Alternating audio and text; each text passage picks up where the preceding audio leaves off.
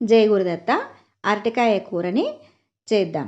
దానికోసం నేను 2 అరటికాయలు తీసుకొని ఈ చివర, ఆ చివర కట్ చేసిన తర్వాత ఒక అరటికాయని నేను 3, 4 ముక్కలుగా కట్ చేసి తగినన్ని నీళ్లు పోసి ఉప్పు, పసుపు కూడా వేసి కుక్కర్‌లో పెట్టాను.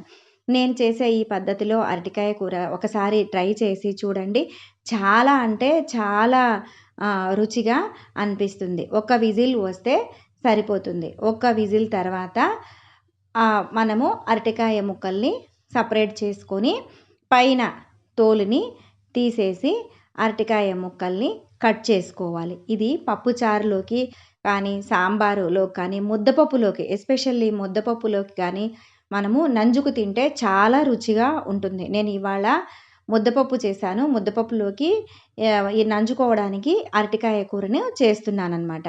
ఇలా ఉడికించి పైన తోలు తీసేసుకొని అలా ముక్కలుగా కట్ చేసి అరటికాయ ముక్కల్ని పక్కన పెట్టుకోవాలి.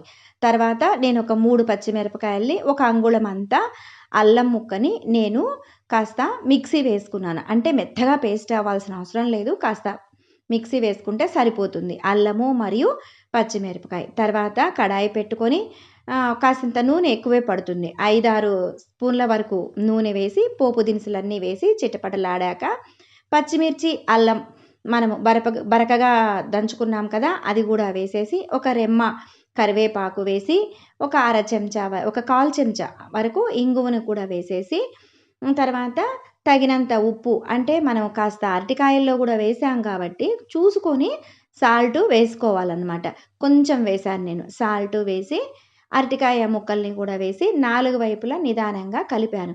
తర్వాత ఒక చిన్న బుజ్జి టీ గ్లాసు వాటర్‌ని వేశాను. ఎంచేతంటే అల్లము మరియు పచ్చిమిరపకాయ మరియు సాల్ట్ ఏసాను కదా! అవన్నీ కూడా ఈ ముక్కలకి పట్టడం కోసం కాసింత నీళ్లు పోసి మూత పెట్టేసి సిమ్‌లో పెట్టేసి ఒక 5, 6 నిమిషాలు తర్వాత మనము మూత తీసి చూస్తే పచ్చిమిరపకాయలు, అల్లము మరియు ఉప్పు అన్నీ కూడా అరటికాయ ముక్కలకు పడుతుంది. రుచి చాలా అంటే చాలా బాగుంటుంది.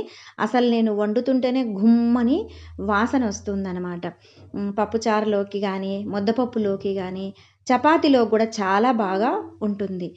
ట్రై చేసి చూడండి. Thank you.